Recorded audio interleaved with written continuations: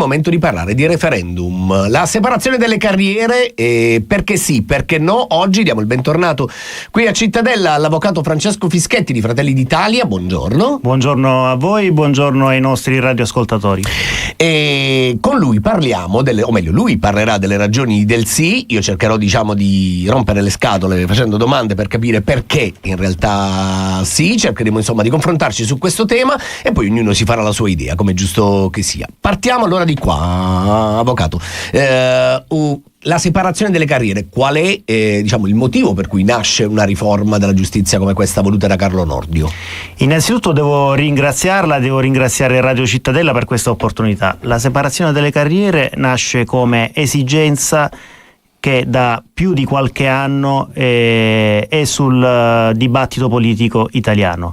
È un'esigenza di natura politica, ma non solo politica, soprattutto tecnica.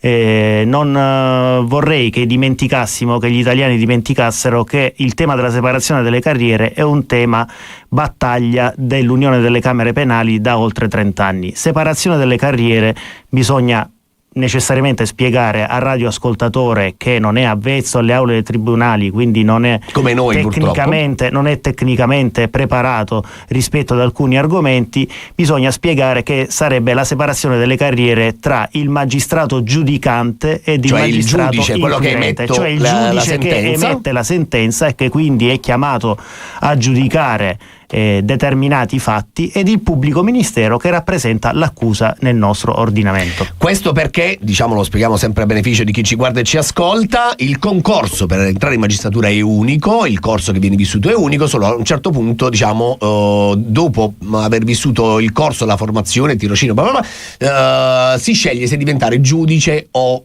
inquirente. In realtà, che questo lo diciamo nei numeri, la separazione delle carriere, dicono i magistrati, di fatto già c'è, nel senso che si può fare il passaggio da pubblico ministero a giudice o viceversa solo una volta nella carriera, andando fuori regione tra l'altro, e il numero di questi casi è dello 0,3%, dice la magistratura. Quindi mi chiedo, questa è una percentuale giusta perché sono i numeri che parlano. Si parla di separazione delle carriere nel momento in cui si tiene conto che l'organo che regolamenta la magistratura è unico. Il Consiglio Superiore della Magistratura, di cui si parla tanto in questi giorni ed è al centro del dibattito proprio perché verrebbe modificato in caso di approvazione della riforma costituzionale, è l'organo che regolamenta la vita dei magistrati. Cerco di parlare in termini piuttosto grossolani, certo, per cercare di arrivare in tutte le case dei radioascoltatori, e quindi l'organo di autogoverno della magistratura è unico ed è l'organo che si occupa ad esempio anche dei procedimenti disciplinari. Quindi il magistrato giudicante e il magistrato inquirente poi di fatto fanno parte della stessa fanno la stessa carriera perché fanno parte della stessa organizzazione. Allora, la riforma cosa prevede? È la riforma di 7 articoli della nostra Costituzione. Di fatto principalmente prevede la creazione di 2 consigli superiori della magistratura, uno per i giudicanti e l'altro per gli inquirenti, per i pubblici ministeri. Entrambi i consigli superiori della magistratura saranno, in caso di vittoria del sì, e vorrei ricordare anche che in questo caso è un referendum confermativo, e quindi non è necessario il raggiungimento del quorum del 50% più 1 dei votanti, quindi anche con un voto in più vincerebbe o il sì o il no. In questo caso verrebbero costituiti 2 consigli superiori della magistratura, entrambi presieduti dal Presidente della Repubblica, quindi con la stessa garanzia attuale. La interrompo su questo perché la magistratura, o comunque il fronte del no più in generale, parla di triplicazione delle spese, perché ci sarebbero i 2 CSM più questa sorta di alta corte che dovrebbe poi decidere sui provvedimenti disciplinari e sugli atteggiamenti. Ma in realtà una delle cose più contestate dal fronte per il no è che il CSM è composto da una parte politica e da una parte di rappresentanti delle toghe, dai magistrati, che non sarebbero più eletti dalla magistratura ma presi a sorteggio sostanzialmente. Mi chiedo, lei farebbe decidere la vita di, non lo so, di suo figlio, suo nipote in una scuola da un rappresentante d'istituto che non è eletto e che non la rappresenta, che più o meno diciamo è questa un po' la tesi, perché quello che dice il fronte del no è qualunque magistrato potrebbe essere sorteggiato, non sarebbe rappresentativo della, diciamo, di tutti gli iscritti, diciamo, di tutti i togati, di tutta la magistratura. Innanzitutto la ringrazio per queste due provocazioni, non sono sue provocazioni ma sono argomentazioni del fronte del no. Queste due argomentazioni piuttosto deboli dal punto di vista del merito della riforma attestano che sicuramente la riforma è una riforma che nel merito non va a modificare di fatto nulla, soprattutto le garanzie nei confronti dei magistrati, semplicemente divide i due consigli superiori della magistratura. Per quanto riguarda l'aspetto delle spese, mi sembra una argomentazione piuttosto populista, un'argomentazione abbastanza frivola, perché se vogliamo poi argomentare tutto rispetto alle spese che vengono sopportate dal nostro ordinamento, mi sembra che questo serva a non entrare nel merito della riforma. Invece dal punto di vista del sorteggio, per quello che riguarda il sorteggio dei componenti del Consiglio Superiore della Magistratura, vorrei che ricordassimo ai radioascoltatori e quindi ai cittadini italiani che non sarebbe un sorteggio tra tutti i cittadini, sarebbe un sorteggio tra magistrati che hanno raggiunto esperienza, e quindi se un magistrato, mi permetto di dire, può emettere una sentenza nei confronti di qualsiasi cittadino che sia imputato all'interno di un processo, è anche idoneo a giudicare la carriera o i procedimenti disciplinari dei propri colleghi. Mi chiedo, la parte politica la sceglie la politica attraverso, diciamo, una serie di votazioni. Perché un magistrato non può votare per il suo rappresentante? Perché deve trovarsi magari un cretino, perché insomma ci sono anche tra i magistrati cretini, perché deve trovarsi un cretino sorteggiato che fa, insomma, il rappresentante del CSM? Parlo per me, cioè se io avessi... Perché potrebbe trovarsi anche un cretino nominato dalle correnti, come spesso è capitato. Però sarebbe sua responsabilità che se lo vota. Mi assumo anche la responsabilità di quello che dico, cioè la responsabilità del Consiglio Superiore della Magistratura, o meglio dei componenti che vengono nominati oggi tra i magistrati, e soprattutto la composizione del Consiglio Superiore della Magistratura rispecchia pari pari col manuale Cencelli, come si direbbe in politica, il peso delle correnti all'interno della magistratura. Le correnti che nascevano come sicuramente con una finalità nobile, che è quella di animare anche il pensiero all'interno della magistratura stessa, il dibattito culturale, ma poi sono diventate, non per parole mie o per parole della politica, per parole dei magistrati.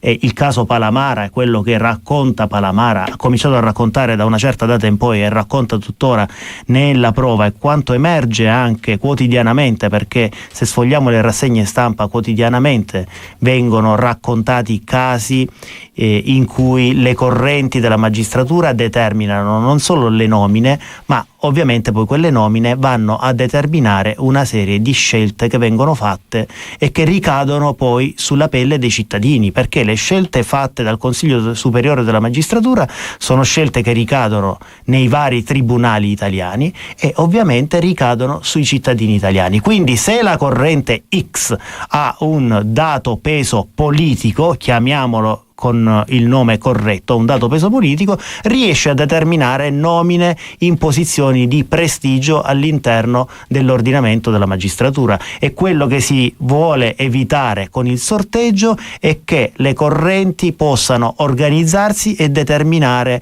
questo tipo di scelte. Le correnti che arrivano a determinare anche, chiedo scusa se la interrompo, anche le cose più frivole, addirittura i posti al ristorante, abbiamo letto, no, sui giornali, cioè che vabbè dai, però non buttiamola in caciara, però cioè, non è caciara, anche... ma sono interviste rilasciate dai magistrati. Cioè, assolutamente, però dicevo, guardando invece la parte un po' più seria, lei ha citato un caso scandaloso che è quello di Luca Palamara, ex, diciamo, a capo dell'Associazione Nazionale Magistrati, magistrati, che ha raccontato, diciamo, anche l'abbiamo letto attraverso chat, intercettazioni, diciamo quello che avveniva, diciamo, per la nomina di alcune posizioni apicali. Però va detto, per esempio, che a tutto quello partecipava anche la parte politica.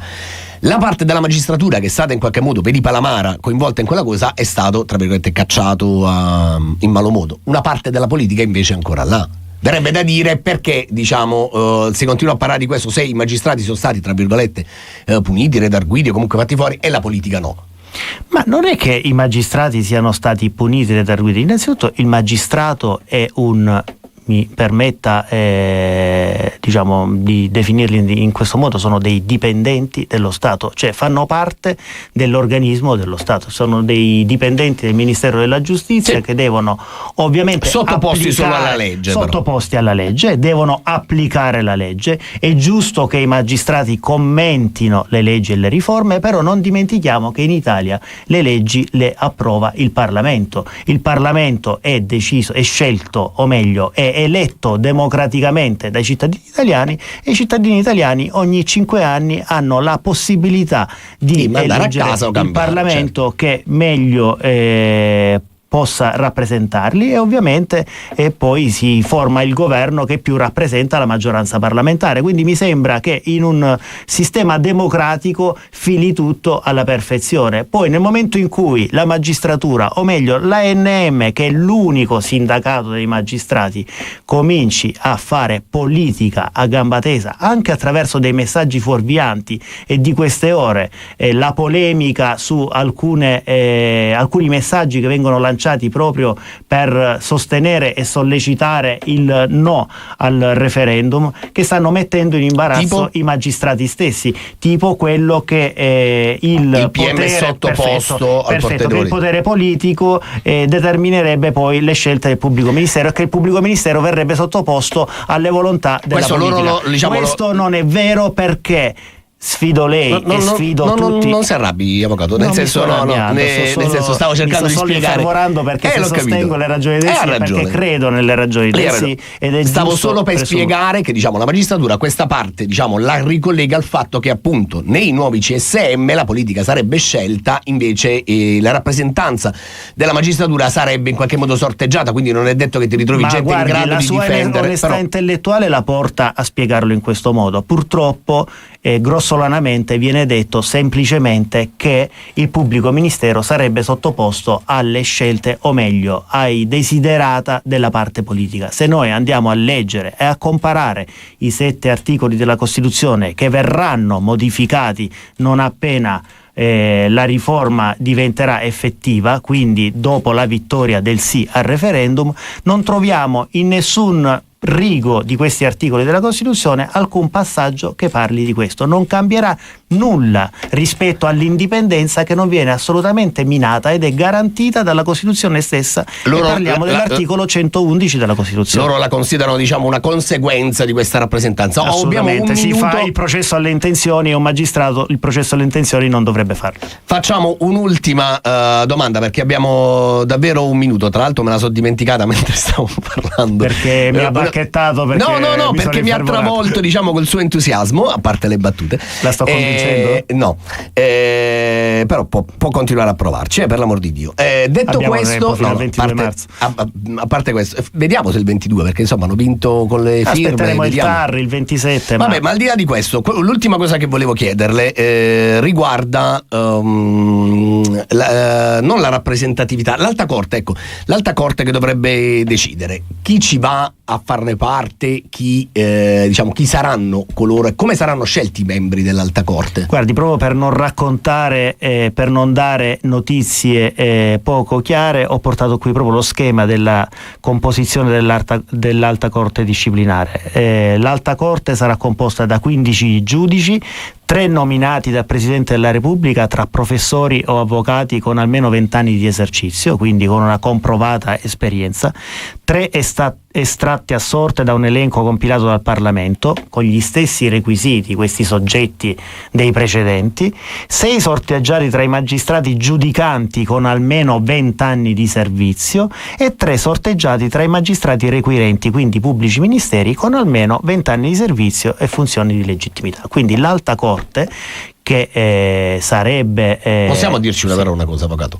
20 anni di servizio non sono sinonimo di capacità. Nel senso, io posso fare il giornalista da 20 anni e essere un emerito imbecille. Cioè, se viene estratto, cioè, se io ho davanti diverse persone che hanno 20 anni di esperienza, posso votare, posso scegliermi chi mi piace.